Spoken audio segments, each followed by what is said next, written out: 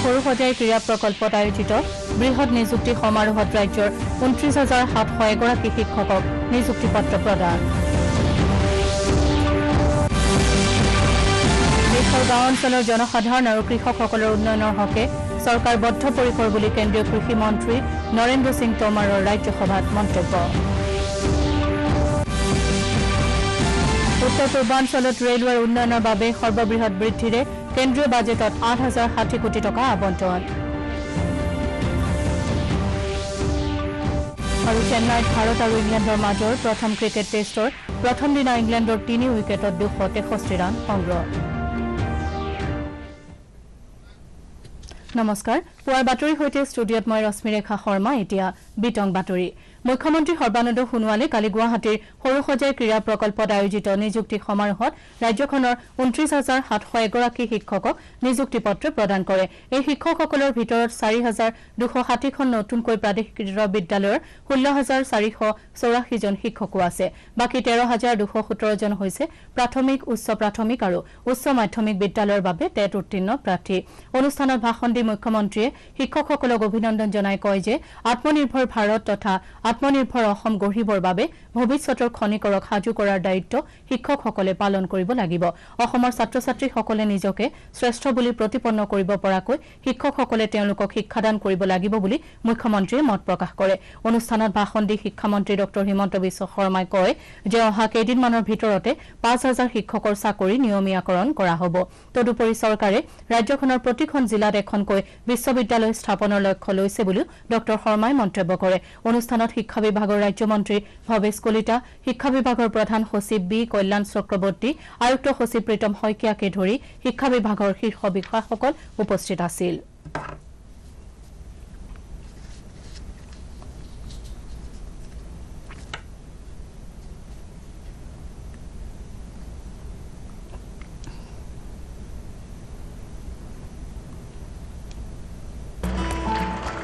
আজি আমাৰ বিভিন্ন পৰ্যায়ত পৰিয়ালৰ ছাত্ৰ ছাত্ৰীসকলে নিযুক্তি লাভ কৰিবলৈ সক্ষম হৈছে।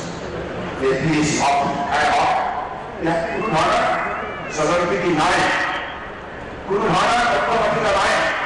নিৰপেক্ষভাৱে মেধাৱী বিদ্যালয়ৰ ভিত্তিত আজি নিযুক্তি ব্যৱস্থা প্ৰৱৰ্তন কৰাৰ বাবে মানুহৰ মাজত শাসন ব্যৱস্থাৰ লগত আস্থা আৰু বিশ্বাস মিলি আহিছে।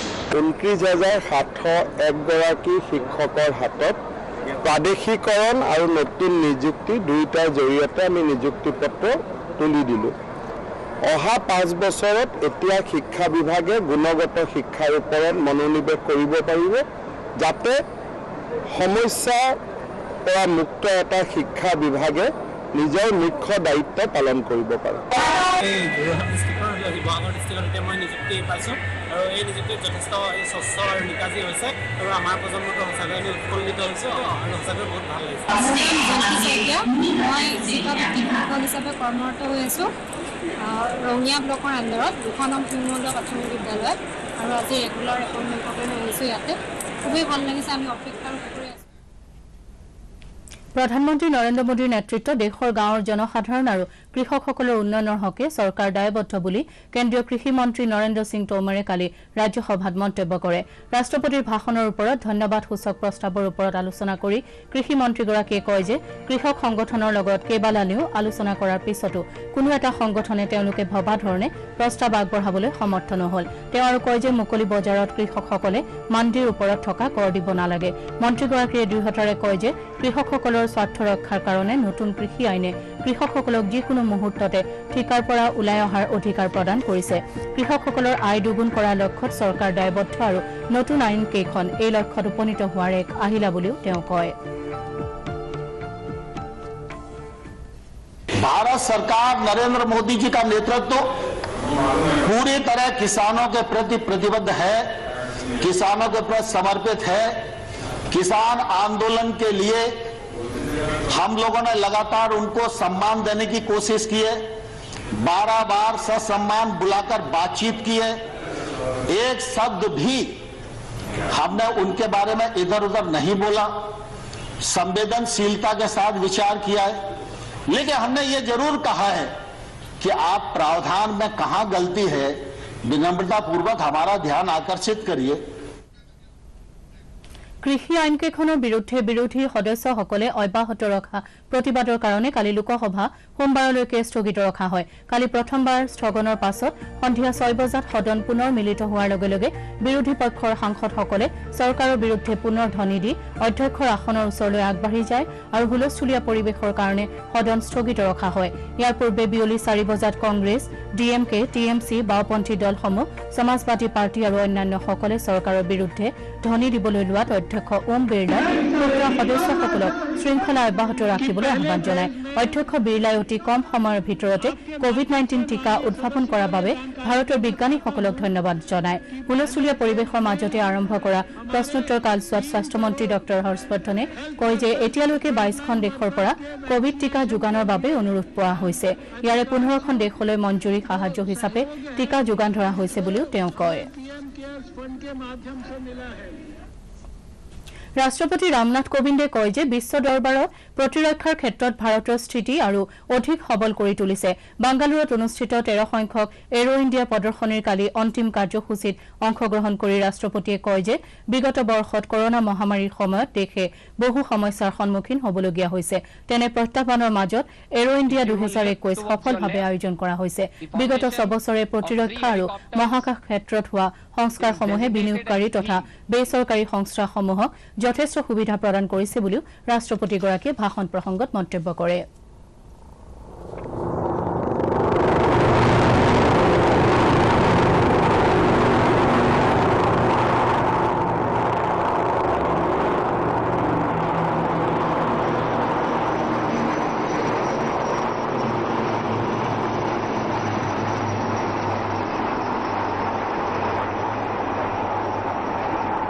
It is my privilege to request the Honorable Defence Minister of India, Sri Rajnath Singh Ji, to address the distinguished guests.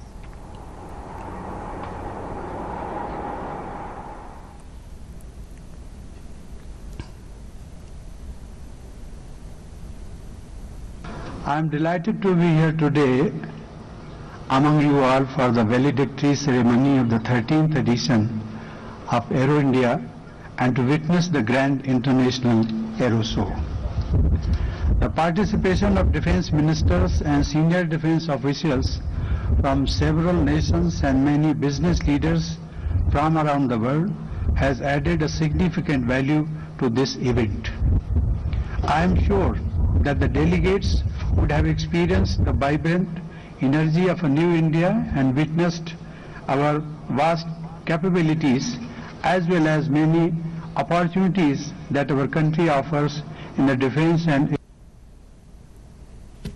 কেন্দ্ৰীয় প্ৰতিৰক্ষা মন্ত্ৰী ৰাজনাথ সিঙে কয় যে কেন্দ্ৰীয় চৰকাৰৰ উদ্যোগত আৰম্ভ কৰা ষ্টাৰ্টআপ ইণ্ডিয়াই ৪১,০০০ ষ্টাৰ্টআপ প্ৰতিষ্ঠানৰ বাবে উদগনি যোগাইছে।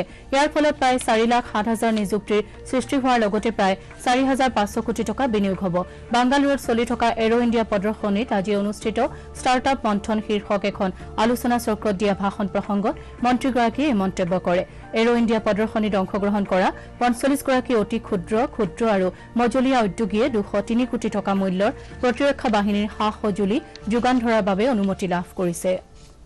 Attaining self-reliance in the manufacturing of defense equipment is a crucial factor for maintaining India's strategic autonomy.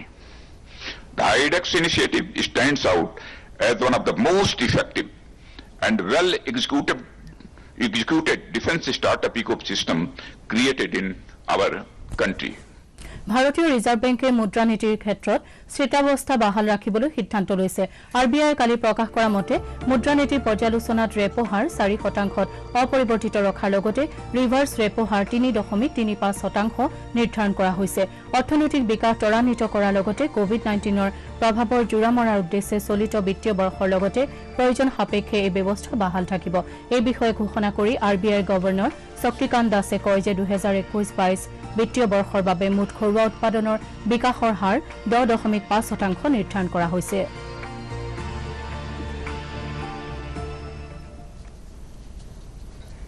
Rangia railway মাণ্ডলিক প্ৰবন্ধক VA মালেগাঁওকাৰে কয় যে আত্মনিৰ্ভৰ ভাৰতৰ দিশত ভাৰতীয় ৰেলৱেক আগুৱাই নিয়াৰ বাবে সাধাৰণ বাজেটত মূলধনী ব্যয়ৰ অভূতপূৰ্ব বৃদ্ধি কৰা হৈছে। কালি এখন সংবাদমেলত তেওঁ কয় যে এইবাৰৰ সাধাৰণ বাজেটত উত্তৰ পূব সীমান্ত ৰেলৱেৰ বাবে বাজেটত 8,060 কোটি টকা আবণ্টন দিয়া হৈছে। সেই অনুসৰি 4,330 কোটি টকা নতুন ৰেলপথ আৰু দ্বৈতকৰণ ৰেলপথৰ বাবে ধাৰ্য কৰা হৈছে। 3,470 কোটি টকা সুৰক্ষা আৰু ক্ষমতা বৃদ্ধিৰ কাম কাজৰ বাবে আবণ্টন দিয়া হৈছে। আনহাতে ৰেল যাত্ৰীৰ স্বাচ্ছন্দ্য বৃদ্ধিৰ বাবে 166 কোটি টকা প্ৰদান কৰা হৈছে। বাজেটত অসমৰ দ্বৈত ৰেলপথৰ বাবে 960 কোটি টকা অনুমোদন দিয়া হৈছে। তাৰে নিউ বঙাইগাঁও আঠিয়াগুৰি ৰঙিয়া দ্বৈতকৰণ ৰেলপথ আঁচনিৰ বাবে 650 কোটি টকা ধাৰ্য কৰা হৈছে। নিউ বঙাইগাঁও গোৱালপাৰা গুৱাহাটী খণ্ডৰ বাবে 610 কোটি টকা, ডিগাৰু হোজাই দ্বৈত ৰেলপথ নিৰ্মাণ প্ৰকল্পৰ বাবে 100 কোটি টকা আৰু নিউ মইনাগুৰি গুমানীহাট দ্বৈতকৰণ ৰেলপথ কাম কাজৰ বাবে 110 কোটি টকা আবণ্টন দিয়া হৈছে। ইফালে বাজেটত আন্তঃগাঁথনি উন্নয়ন, ৰেলৰ গতিবেগ বৃদ্ধি, টাৰ্মিনেলৰ সা সুবিধা বৃদ্ধি, ৰেল যাত্ৰীৰ সা সুবিধা বৃদ্ধি, ৰেলৰ সুৰক্ষা আৰু গতিবেগ বৃদ্ধি, ছিগনেলিং পদ্ধতি আধুনিকীকৰণৰ ওপৰত গুৰুত্ব দিয়া হৈছে। 2030 চনৰ ভিতৰত 100% বৈদ্যুতিকৰণ, কাৰ্বন শূন্য নিৰ্গমন নেটৱৰ্কৰ দৰে লক্ষ্যত উপনীত হোৱাৰ বাবে ভাৰতীয় ৰেলৱে আগবাঢ়িছে বুলিও তেওঁ কয়। স্বাস্থ্য বিভাগৰ শেহতীয়া তথ্য অনুসৰি অসমত এতিয়ালৈকে 77,264 জন লোকক কোভিড প্ৰতিষেধক প্ৰদান কৰা হৈছে। আনহাতে ৰাজ্যত কোভিডৰ পৰা আৰোগ্য হৈ উঠা লোকৰ সংখ্যা 2,14,403 লৈ বৃদ্ধি পাইছে। আৰোগ্যৰ হাৰ হৈছে 98.72%। ইয়াৰ বিপৰীতে মুঠ আক্ৰান্তৰ সংখ্যা 2,17,193 হৈছেগৈ। ইয়াৰে 359 জন ৰোগী সম্প্ৰতি চিকিৎসাধীন হৈ আছে। এই পৰ্যন্ত 1,084 জন লোকৰ এই ৰোগত মৃত্যু ঘটিছে। দেশত এতিয়ালৈকে 49,59,445 গৰাকী লোকে কোভিড প্ৰতিষেধক লাভ কৰিছে। কেন্দ্ৰীয় স্বাস্থ্য মন্ত্ৰালয়ে সদৰি কৰা তথ্য অনুসৰি দেশত কোভিড আৰোগ্যৰ হাৰ 97.16% বৃদ্ধি পাইছে। এতিয়ালৈকে 1,04,96,308 গৰাকী ৰোগী সুস্থ হৈ উঠিছে। বৰ্তমান দেশত চিকিৎসাধীন হৈ থকা ৰোগীৰ সংখ্যা হৈছে 1,51,460।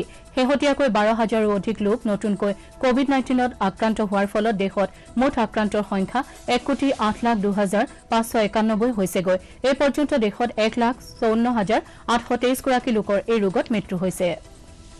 চেন্নাইৰ MA চিদাম্বৰম ষ্টেডিয়ামত অনুষ্ঠিত ভাৰত আৰু ইংলেণ্ডৰ মাজৰ ক্ৰিকেট টেষ্টৰ প্ৰথম দিনৰ খেলৰ অন্তত কালি ইংলেণ্ডে 3টা উইকেট হেৰুৱাই 263 ৰান সংগ্ৰহ কৰে। ইংলেণ্ডৰ হৈ জো ৰুটে সৰ্বাধিক 128 ৰান আৰু ডম স্লিভিলিয়ে 87 ৰান সংগ্ৰহ কৰে। ভাৰতৰ হৈ জছপ্ৰীত বুমৰাই 2টা উইকেট আৰু ৰবিচন্দ্ৰন অশ্বিনে 1টা উইকেট দখল কৰে। উল্লেখযোগ্য যে যোৱা এবছৰে কোভিড মহামাৰীৰ বাবে বন্ধ হৈ থকা আন্তৰ্জাতিক ক্ৰিকেট খেল ভাৰতত এয়া প্ৰথমবাৰলৈ পুনৰ আৰম্ভ হৈছে।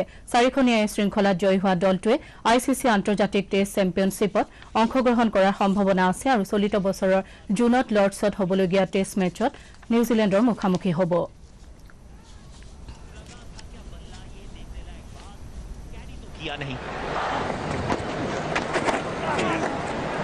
जरूर रन मिलेंगे, चौका भी हो सकता है।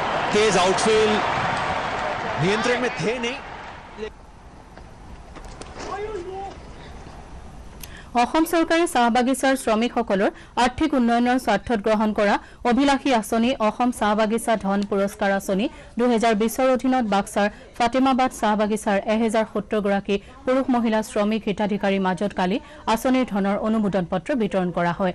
এই উপলক্ষে আয়োজিত অনুষ্ঠানত মুখ্য অতিথিৰ ভাষণ দি হালবাৰীৰ মহকুমাধিপতি নিত্য বিনোদ ৱাৰীয়ে চাহ শ্ৰমিকসকলক বেংক একাউণ্টৰ জৰিয়তে তেওঁলোকৰ প্ৰাপ্য মজুৰি আদায় ল'বলৈ আৰু ATMৰ জৰিয়তে ধনৰ লেনদেন কৰিবলৈ আহ্বান জনায়। কালি এই চাহ শ্ৰমিকসকলৰ প্ৰত্যেককে 3,000 টকাৰ অনুমোদন পত্ৰ বিতৰণ কৰা হয়।